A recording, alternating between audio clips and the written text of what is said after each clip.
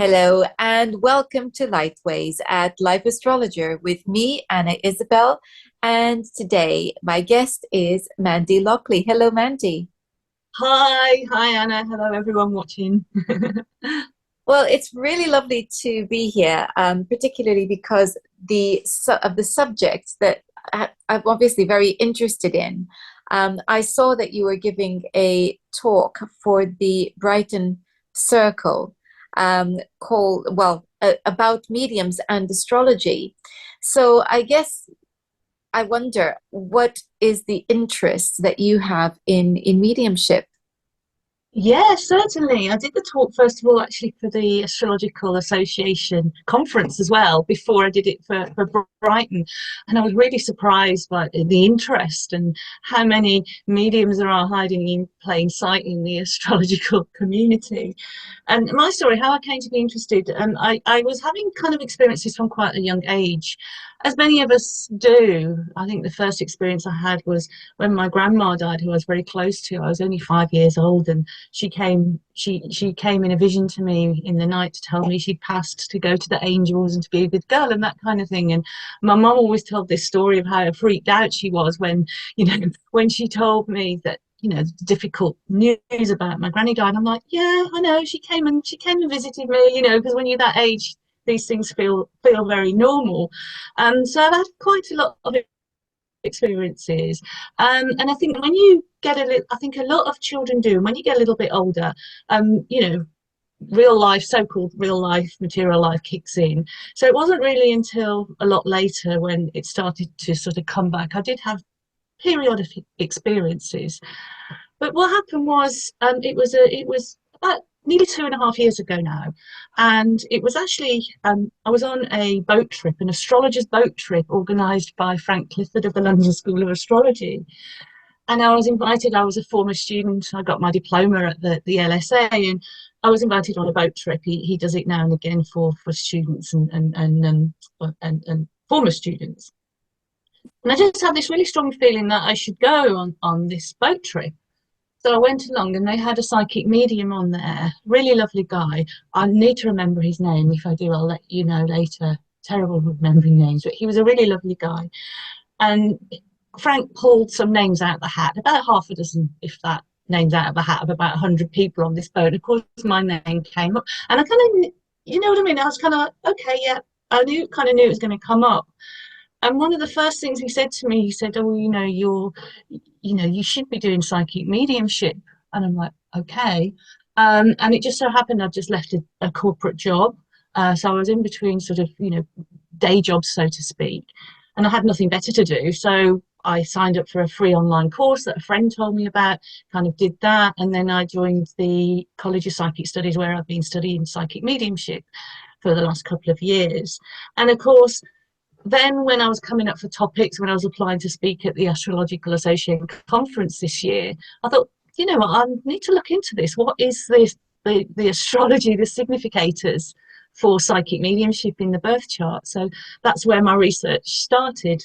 Yeah. Mhm. So you come at this because of personal experience with mediumship. Yes. Well, I think that's pretty much how we start everything with astrology is personal Mhm. experience, Mhm. Mhm. a little bit of a journey of exploration. Mhm. Um, Mhm. so what did you find and how did you do any research? What did you do? Well, I remembered the book that's on my shelf, Healing Pluto Problems by Donna Cunningham. And she outs herself as a medium in that book, although she didn't practice professionally as a medium, but she did sometimes bring messages through for her clients, she says, if it was appropriate at the time, because obviously the idea of Pluto and grief. And she said some of the significators are obviously Pluto, the underworld, where in the myths, as we know, where the souls of the dead go to reside, Scorpio, and the eighth house. So very, very obvious. So that was kind of my starting point. And then I decided to explore Mercury connections, again for obvious reasons. The talk I did for the conference and for the Brighton Astrology Group was called Talking to the Dead. You know, it's communication, isn't it? It's a different kind of communication to us having a conversation here. You know, it might come through, you know, of pictures, mental pictures, or feelings, or sounds. You know, it's a different kind of conversation. Obviously, Mercury is really, really important, not only because it's about communication, as we know, but Mercury was also the psychopomp who could take the souls of the dead to the underworld, and also was able to move between the worlds of the, you know, the gods on Olympus, etc., and also down into the underworld and into the human world. So that was very important. And I found both when I looked into the charts that I researched to do the talk, I found that both Mercury and Pluto were incredibly important. And often it wasn't unusual to find Mercury Pluto connections in the birth charts of people who had that gift, or were working in it, or, you know, wanted to explore it more. Did you find that there were any particular aspects that stood out, or was it just any contact between Mercury and Pluto? Any contact from the conjunction through to the sextile, the square, the quincunx, any aspects basically. Yeah, just that kind of making that kind of connection. And I looked at the charts for some famous, well-known psychic mediums, people like Tyler Henry, James Van Prague, Helen Duncan, obviously from earlier times, Teresa Caputo. And they all had those connections. And then I was lucky in that, because I've been studying, I'm studying in the advanced classes now, and there's a huge group of people I study with, and we have a WhatsApp group. So I kind of said, does anyone want to give me their birth charts for me to do a little research? So it was a very small research set. So I think in total I looked at about 35 charts. I looked at a few others that I didn't include, because I found that also the houses are very important as well, and the house rulerships are very important. So the charts of certainly mediums in the public eye that didn't have birth times, you really only get in a small part of the picture.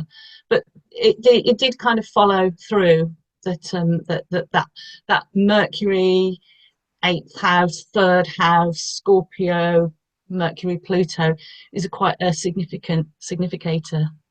Yeah. Yes, I think that what I found pretty much is along those lines as well, not least of which my own chart, Pluto conjunct the ascendant, and in fact Mercury squaring Pluto, and mediumship is very much a part of my life and has been since I was a child. So I think that's it's nice to hear your experience of it.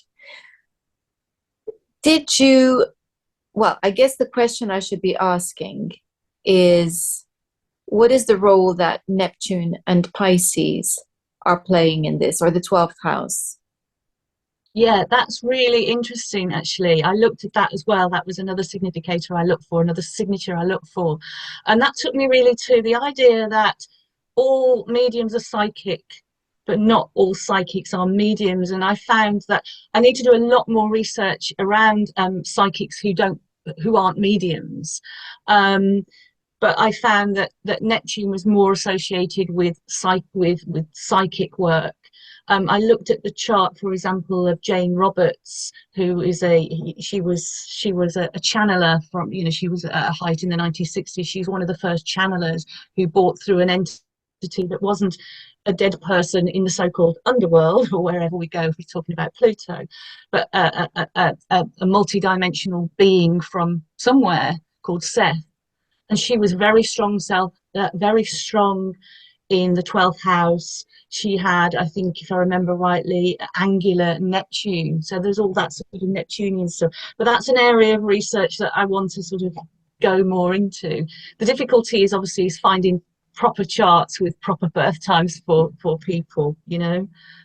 I think it might be good to explain to our audience the difference between a being psychic and being a medium. So being psychic means that you have the ability perhaps to read the person's aura, and the information is coming from the person themselves, Mm-hmm. at an energy level. um, there might also be indications of the future that you're picking up on. Whereas mediums are working with spirit, and they are acting as, I guess, a phone line, or interpreter, or Yes. just they're there to pass. They're messengers. That's a really good word. They're messengers. A medium is a messenger who is communicating with somebody who is in a different dimension to ours, and is then able to pass the message on to the recipient, who usually is family or friend of the deceased who is speaking. So just to make that clarification, and it's an important distinction, because what you are saying is that there is a difference between Neptune, 12th house, etc., a Pisces, and Pluto, and that the Pluto 8th house, Scorpio, Mercury, tends to be more prominent in the charts of mediums, and that perhaps it's in Neptune, Pisces 12th house, is in the charts of psychics. Although what you've described there, the channeling, that is a form of mediumship, because that is trance Correct. mediumship. Yeah. And yeah, correct. again, there's a clarification here, for the audience who might not be familiar with these terms. A trance medium is able to go into such a deep trance that it's like they step out of their bodies and allow an entity or spirit to come through and speak, using their voice box, and so on. And they often are only vaguely aware of what's being said, and very often can't remember much, because they have stepped out. And I think that the reason I'm laboring this definition is because it is so Neptunian, isn't it? Yeah, I was just thinking Neptune while you were, that's spot on. And thank you for clarifying that for the audience. That's absolutely spot on. It's kind of, you go yourself into a different dimension, when you're doing the trance mediumship, and it might not necessarily be, usually it isn't sort of, your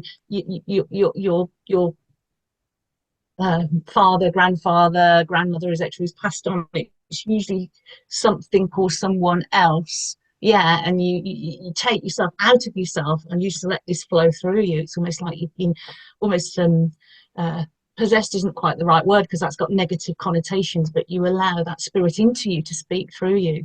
Very, very Neptunian, absolutely. But as I said, I haven't done much research onto that side of things. That's probably going to be my next area of research, to look a bit more deeply into that. But Neptune makes a lot of sense, doesn't it? It does, because Neptune is about surrender, and 12th house is where you surrender yourself. And so I think, in the whole issue of no boundaries, I think in order to do that work of a trance medium, you have to be willing to surrender yourself, and to allow. And here's the other thing, the oneness, because the idea is that there is a perfect blending of the spirit energy with the body and our own energy, and therefore the spirit is able to speak. It's almost like you're lending your body to the spirits temporarily, so that they could teach and bring in some wisdom. So this is, I think, a very Neptunian, or it's a real expression of Neptunian energy, I think, is the way I'd like to put it. So what about healers? Have you found anything interesting there? I haven't looked into healers as such specifically, but what I will say about mediumship itself, when we're talking about the Plutonic, what we've been talking about, sort of Pluto, is that it is, I think, mediumship, when done properly and sensitively by trained mediums, by talented mediums, is in itself, it can be incredibly, incredibly healing. Um, it's also, it's, think about Pluto and grief and death and loss and abandonment and all those issues that come with Pluto. Being able to have some kind of closure with a loved one that's passed on. I personally have had a reading with a professional medium. Actually, my teacher, you know, when I started with my teacher, I went for a reading with him as well, and a loved one in spirit came through with a really beautiful message of apology for something in particular, which was just so healing. And I actually felt that, I actually felt all the anger just sort of fell away, and I started to go through a grief process that was long delayed. So in that respect, you know, I think if you're going to consult a medium, do actually, you know, get get to take someone, you know, go to someone who's been recommended by someone else. You know, there's a lot of stuff on the internet that's probably not going to be as beautiful, or people will be as well trained, or whatever. So I think there's a lot of we have to use our sort of discretion, I think, a little bit. We have to be very discerning on if we go to a medium, definitely. There is something else which I think is very Pluto slash Scorpio eighth house, um, and that is that the spiritualist movement exists to give proof of survival. And Correct. that, Hmm. you know, that's their mandate. It really is, you know, to give proof of survival. So there's the term evidence-based mediumship, and it's all about the fact that that medium is going to give you details and information that is not generic, and that proves beyond the shadow of a doubt that the person that is communicating with them Hmm. is indeed a, a specific loved one who's come through, so that you are able to recognize them and that it removes doubt. And I think that that is an incredibly Pluto Scorpio Hmm. goal, to show that life continues after death. So I think that this is a very Pluto experience in its own right, because what do we say about Pluto? It's about transformation. It's about regeneration, resurrection.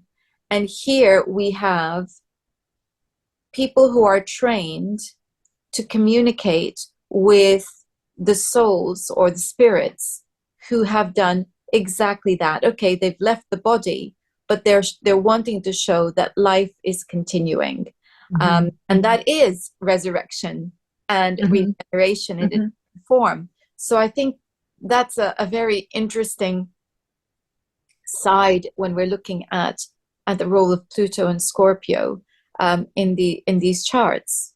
Hmm. Yes, and also the spiritualist movement is also involved with healing as well, as we've mentioned healing, haven't we?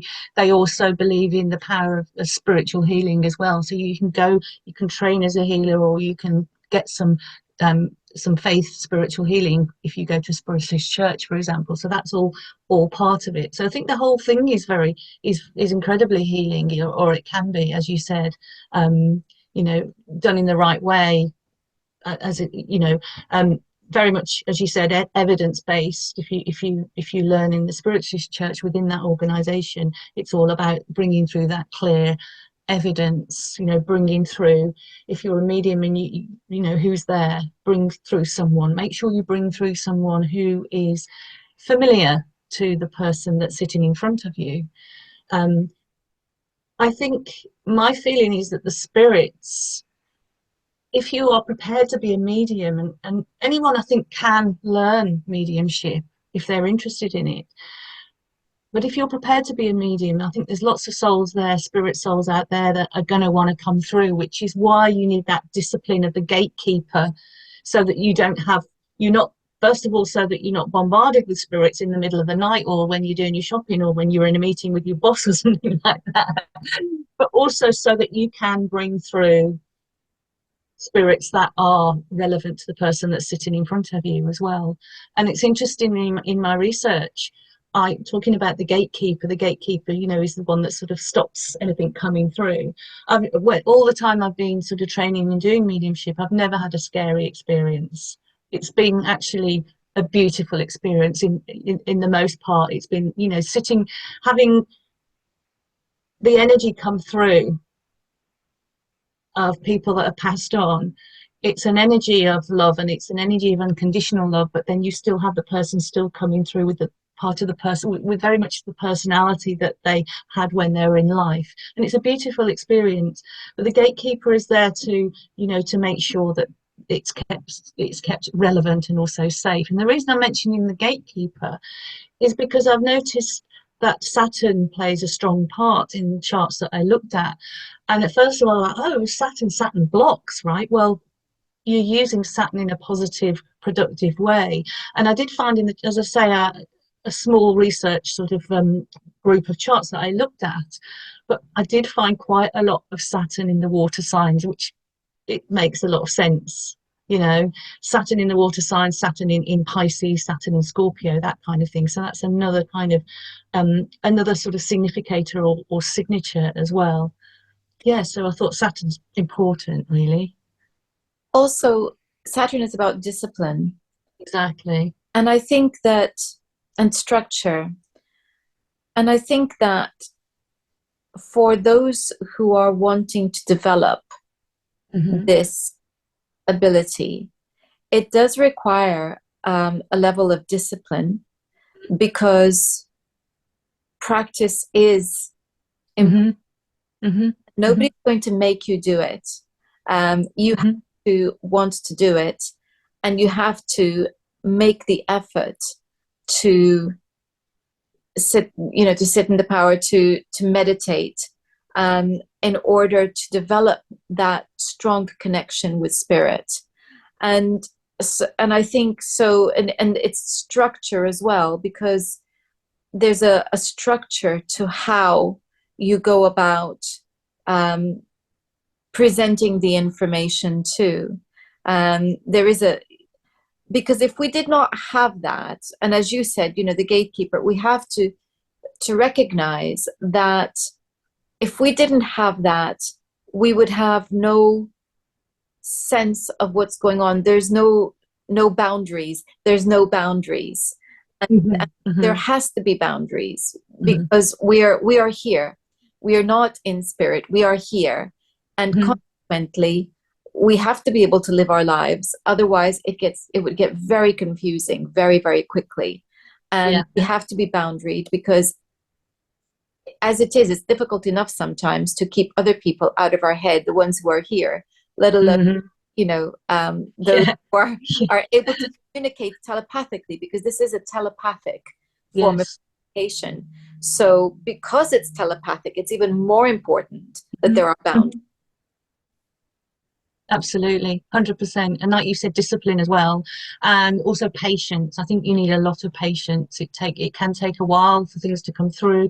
When you get messages through, as I'm sure you know, you might get a little snippet, you might just get an image, you might get a sound, you might get a feeling, and then that has to be explored, and more questions have to be asked. And so you need to have a lot of patience. It's not, as you know, it's not like this conversation. You ask a question, you make a comment, I make a comment, and then we go back and forth. It's a very different, it's hard to explain it, isn't it? But it's a very different form of communication, where you might get just like an image of something. You know, you might just sort of say, oh, I can see I'm seeing a horse, you know, and then you can just ask the sitter then, well, what do horses mean to you?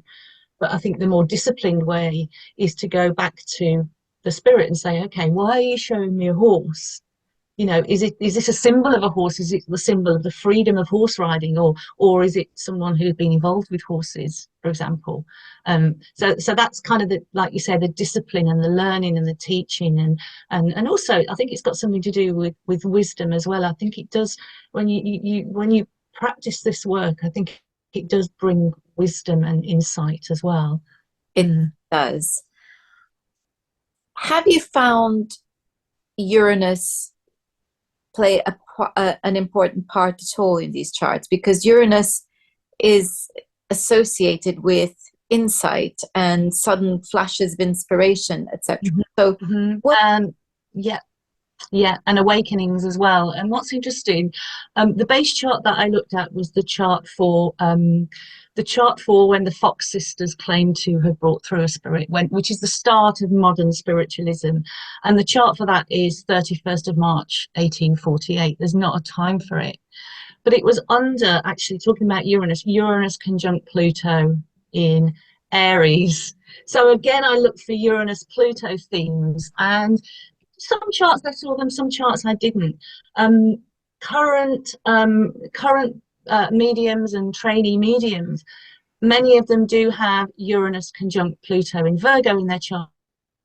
I have that too, with the opposition sometimes to Saturn, but also to Chiron. That's a generational thing. So you think when people are kind of in their 50s or whatever, into sort of later middle age, that might be when they start to come into an interest in that subject and go to training or work in it as slightly older people. So you can't take too much from that. But the way I think about Uranus in this context is when you think about Pluto, when you think about Uranus in his guise as Prometheus, that kind of stealing knowledge from the gods, going down into the underworld to bring up the spirits to talk to us, because he stole, as we know, Prometheus stole fire from the gods and gave it to man. So I think that Uranus connection is very much to do with that, totally in connection with Pluto in the sort of base chart that most of us, I think, would use for the birth of the modern spiritualism. so what that suggests is that some generations are more prone to want to explore this area than others. That might be possible, yeah. And I think perhaps again more research. If you look at the chart of Teresa Capucci, famous of Italian, I think she's the Long Island medium, and she's born of that generation. But when you look at Tyler Henry, the so-called Hollywood medium, he actually has Uranus sextile Pluto in his birth chart, so he's got that signature as well. Um, so it comes and goes. I think the significance and Uranus as a significator. I think it's not in every chart, but it certainly has something to say about awakening. And I think some people, just have a sudden awakening to this part of life or this part of the other life as well. So yeah, I do agree that Uranus is really important, particularly because Uranus Pluto was in conjunction when spiritualism was birthed, and that came at a time of more kind of materialism and science, and it was almost like well, we want to know a little bit more. Isn't I wouldn't say it's a backlash in a sense, but people became more interested in the mystical as a sort of to counteract.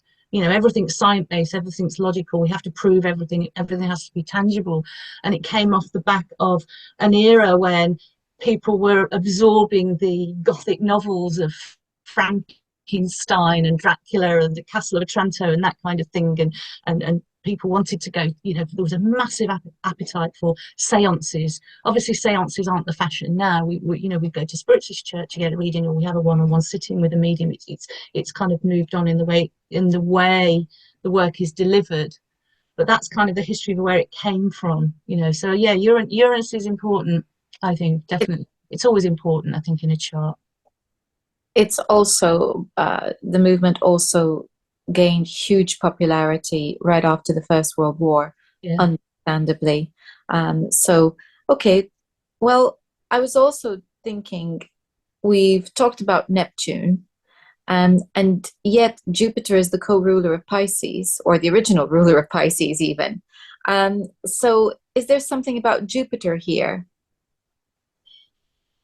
I think Mercury is kind of more important, but I think Jupiter certainly is about that, seeking that wisdom. It's about the philosophy of the whole thing as well. So I think, yeah, Jupiter's, it's important to look at of all of these things. And I think if we look at you know, Jupiter, Saturn, Uranus, Neptune, Pluto, all of these planets are going to be important because all of these planets are the personal planets. So it's a kind of, you're taking yourself out of that personal thing and looking beyond into something beyond the veil. I would certainly say that, you know, for that Neptune and Pluto are more important than Jupiter. But again, very at the moment, I will be doing more research because it's such a fascinating topic. I will be doing more research and looking into Jupiter a bit more. But certainly, I think it's well kind of looking at, kind of failing me a little bit. I think it's frozen a little bit. Did Yes, yes, there was a little bit of a lag. Um, so what I think maybe we're saying is that the houses, the water houses, but particularly the 8th and the 12th are important, and that the Scorpio and Pisces are important. Pluto and Neptune as planets probably the most important, but then contacts from the others, either through sign, through house, or through aspect to Neptune or Pluto, are also going to be giving us more information about the nature of the experience. Because as I hope we've made clear to the audience, mediumship can be a number of different things and bring approaches. And speaking of different approaches now, I'm wondering whether you have done any research into shamanic traditions at all, and whether Chiron has a part to play in that. No, I haven't. As I said, as I'm doing my research, there's more and more sort of strands to open up, but the shamanic might be a very interesting thing to look into. You know, really, like you say, like Chiron has got that shamanic edge to it as well, hasn't it? I did kind of look at a little bit at Chiron for the chart, specifically looking for mediumship, and I was actually surprised that I didn't see a lot of Chiron, other than obviously that generation that I've just been speaking of, you know, when you've got the Uranus Pluto opposite Chiron. And it's interesting to explore that more, definitely. I'm not an expert at all in shamanism either, so I would need to sort of learn a bit more about it before I sort of started to look to the significators. But having obviously direct experience of psychic mediumship, it made it easier for me to sort of get into it, you know. Yeah. I haven't looked into it myself. It was just a question that popped into my head because I was thinking, gosh, we have gone through all the outer planets, and I was wondering about Chiron, and I thought, well, Chiron, by virtue of the fact that he is half horse, half man, that's the signature of links with shamanism.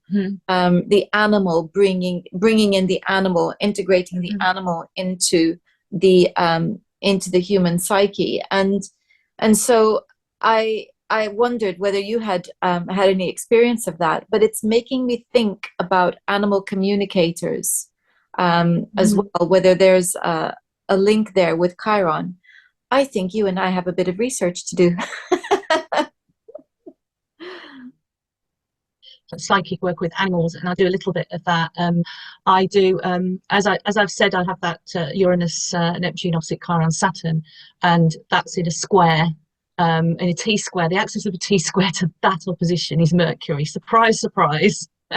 Plus an 8th house sun with a semi-square to Neptune in Scorpio. So I've got all the signatures myself, and I'm very interested in animal communication, and I do. I have pets myself. I've had pets myself all of my adult life, and I've always been able to connect to them psychically and sort of have good communication with them and with other animals as well. I also do Reiki healing as well, and I find that animals absolutely love that. I probably do it more on animals than I ever do on people, to be honest with you. So again, yeah, that Chiron connection with animals and the wildness of the animals and the wildness within us, as you said, you know, Chiron was the only civilized centaur.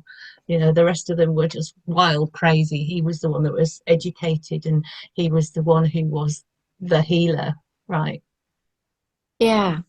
Well, it's interesting that you have that Chiron prominently placed, um, and that you have this interest in animals.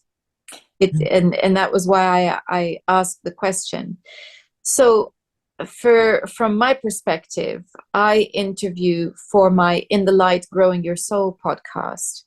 I interview many mediums. And it's not the sole subject of the channel, I have to say, but there is definitely a very strong Neptune and Pluto signature amongst all the mediums and all the healers that I have spoken to. And I've done, excuse me, I've done many of their charts, and including those who have spontaneous past life memories. So that's another area to explore with this. Yeah, there's so much to explore. There's so much to explore, isn't there? I'm been doing a lot of research into draconic charts at the moment as well, which I think says something about the kind of soul purpose. Another area that I'm really interested in is life purpose and soul purpose as well. It's another area I'm working in actively within astrology, but also more broadly as well. And that all kind of comes into it. You know, what are we here for? Are we here just to, inhabit this body and go through life and do this thing, or is there a lot more to it? And my sense has always been, ever since I was tiny, ever since I could form a thought in my mind, that we are here for more, and astrology can help us with that. And so can all these methods that we're talking about, whether it's psychic readings, whether it's mediumship, whether it's shamanism, whether it's healing. These can all help us to get to that place and learn more about ourselves. So I do think it's a wonderful practice. And interestingly, the from the charts that I did, from obviously the people I've given the talk to at a couple of times, the talk about mediumship, and also for the students who very kindly offered me up their charts. And I did a special recording of the talk for them as well, so they could see. And so many people go, oh yeah, I've got all the signatures, I've got all the signatures, I've got all the signatures. And what I found was also interesting was there were a few people, well, no, there's just a couple of people who said they'd had mediumship ability, they'd had some experience of coming through to them. They didn't necessarily have what they're in using that skill or developing that skill. So there's almost something like, well, I believe in free will, I don't believe in predeterminism, but there's always something like that's hardwired into your chart, that you will actually use that skill. And it's also important to note that you can use that skill in everyday life. You know, you can be a CEO of a company and speak to your spirit guides and use your psychic intuition to decide what to do next. It's not just about the woo-woo stuff that some people might call it woo-woo, but obviously just, that woo-woo stuff of sort of sitting down and having a reading or pulling through information for yourself. So I think it's a lot. I think it's a lot wider. I'm sure a lot of people who have this experience wouldn't even call it mediumship or psychic. They just, gut feeling kind of thing. Because if you think about Mercury, Pluto, I've been talking a lot about Mercury, Pluto. It's about a lot of things, isn't it, in a birth chart? It's the signature of the obsessive thinker, the deep thinker. It's the signature of the detective. And don't we always hear about the detective having a hunch, a gut feeling or a hunch that they just know this person has done this crime, they just need to prove it now. So it has all sorts of different, as we know, astrology's works on so many different levels, and every astrological signature, whether it's Mercury, Pluto, whether it's Jupiter, Neptune, or whatever it is, can work in many different ways, in many different people, and on many different levels. So yeah, It can. And one of the interesting, I guess, lines that I have stumbled upon as a medium who also happens to be an astrologer and an analytical hypnotherapist, is that hypnosis itself is turns out, a very interesting tool to help people enter a mediumship state where they're not,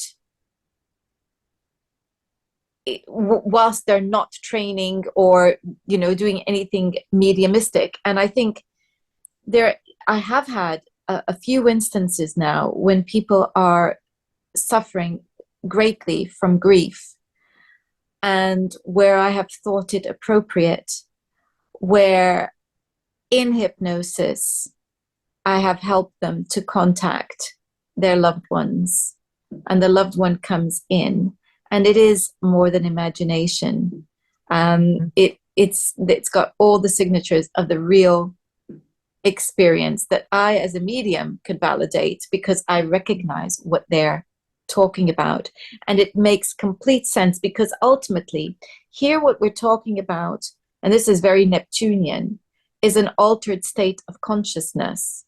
In order to be able to make this contact, there has to be an altered state of consciousness. This is real biology.